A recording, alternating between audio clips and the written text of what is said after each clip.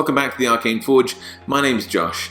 Today I want to do another list. I want to talk about my top 5 favourite types of DM. My most popular video by far is my top 5 most terrible DMs, and I think we need to turn the tables on this one and go for some of my best. They may not be objectively the best DMs in the world, but there's some really great ones and they're my top 5 favourites. So as you're bound to have met some really awesome game masters or dungeon masters in your time playing games, I've almost certainly missed some of them off the list, so make sure to leave them in the comments below if you can. Otherwise though, let's get started with number 5. Number 5 for me is the passionate world builder. They're not satisfied with setting their story in something that you've already heard of. They're going to go the extra mile and they're going to create something really interesting for themselves. Of course, it's bound to touch on themes from other things. It may even be very similar to something that you've played or heard of or read before. The fact of the matter is, they've gone the extra mile to make something specifically for people to enjoy. It takes a lot of time and effort and hard work to come up with a world that's really interesting and exciting.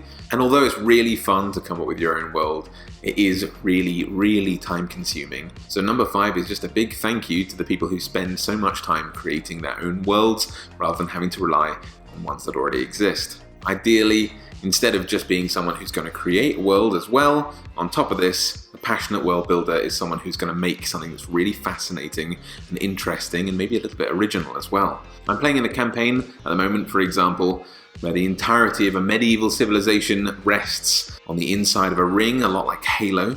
The reason why this civilization has formed on the inside of this ring, if there are others, are there planets, or is all life naturally born on rings? Was life propagated there, or did it evolve? As a player sitting, living in a world that is outside of the ordinary, that someone has taken a lot of time and thought to develop, we're left with a lot of questions and it automatically makes us really interested and invested in the world. A lot of the story boons for us are figuring out more about how this world operates, and our characters generally finding out that this is maybe unusual. Intrigue lies around every corner because this is so out of our normal experience. You can't help but roleplay in it.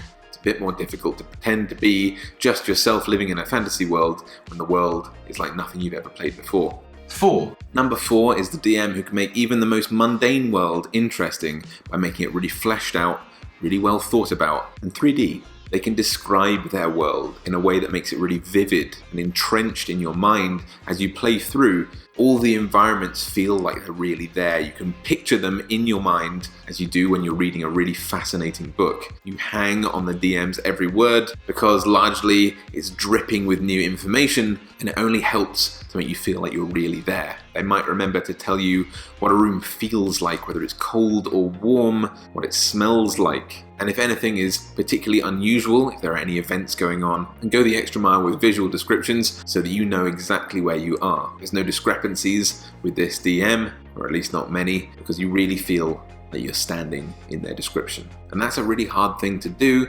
because if you're playing a really long campaign or you've been a DM for a while, it's easy to forget that people aren't just living in your head and picturing everything that you're picturing as well. It's hard to put that into words and to process in a way that everybody else is going to understand the same depth that you are while you're imagining it. Maybe you get tired of explaining things constantly and so you forget little details. But this DM doesn't necessarily just describe things, they conjure a reality for you to play in.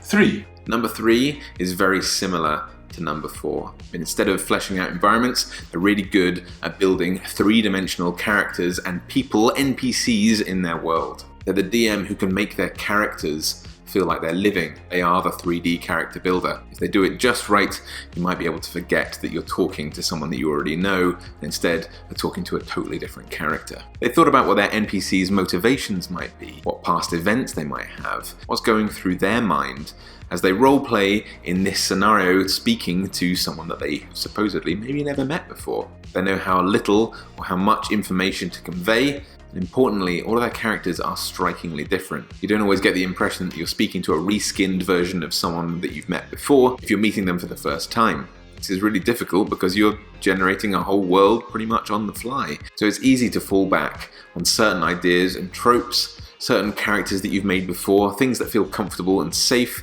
and useful to simply convey information to players. And who knows, maybe you'll want to use that as well. But if you can, absolutely amazing DM peppers in characters that are really well thought through and could be player characters if the chance ever arose. They're not going to be a stock cardboard cutout. They'll think about how they look, how they act, how they feel. Maybe think about what their lives are like a little bit, rather than just immediately appearing out of thin air in order to talk to a player character. Number two is the storyteller. It's one thing to make an amazing world, but it's a totally separate thing to create an absolutely fascinating story. To plan that out, to think about the character arcs that are going to be involved in that, and to take players on a journey. Think about the Harry Potter series. If J.K. Rowling had built this fantastic in-depth world, but didn't know how to write a great story, would you be anywhere near as gripped or excited by what she's created? Probably not. That's just a manual of ideas. But a fantastic story almost doesn't matter whether or not it's in a mundane world like the one that we live in, or if it's a really exciting one. A storyteller is less likely to be making something up on the fly because they think about what journey they want to take their players on, what they want to teach them, what message they want to have for their story, what they want to ultimately achieve with each campaign. You want to emulate this DM, try and think about what lessons you want your players to learn, what feelings you want to elicit in them, and what actions you want to see them accomplish. You can do that when you're writing your own story, or if you're using the ones from a pre-written campaign. What you have to think about is how best to tap into your players and how to make them think that they've lived through an experience, not just played a game.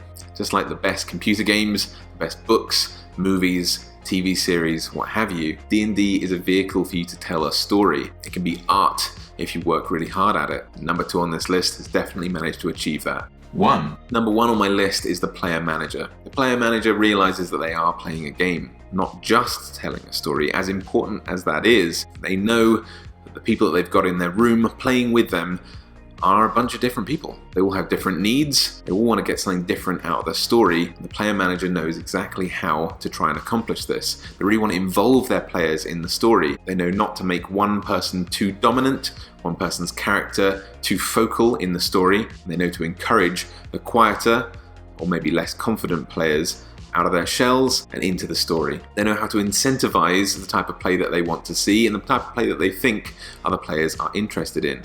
Importantly, they're taking stock of what players are interested in and try to tailor a story to fit their needs rather than just steamrolling ahead with what they think is the best story. One tiny thing that they can do with this is to think about their characters. Instead of dishing out magic items randomly, why not create some really exciting magic items that would benefit those characters and allow the players to achieve what they want to within reason. Player manager doesn't necessarily have to be psychic, able to read people's minds or read their body language particularly well. They're willing to ask questions and find out how their players are doing, how they're enjoying it, what they want to accomplish. Then they can make their campaign even more fun for everybody involved. And if someone's struggling, they're willing to help, willing to encourage them and not get frustrated when someone needs a little bit of extra time. They're moderate, understanding, and ultimately they've decided that they want to DM because they want to make people have the most fun possible in their game, which is ultimately what the game is all about. Hopefully we can all achieve that as both players and DMs. Either way, those were 5 great DMs, my favorite dungeon masters and game masters. Let me know if you've experienced any of these guys, or if I've missed someone from the list. Make sure to leave them in a comment down below. If you can, make sure to leave this video a thumbs up, a little like as well. Maybe favorite it, because anything that you do like that really massively helps out the channel. On top of that, if you want to show appreciation for a DM that you've particularly loved, maybe share this video with them. It also helps to make the channel grow. And I can't thank you enough for all of that help. Anyway, thanks for watching. Until next time, I'll see you later.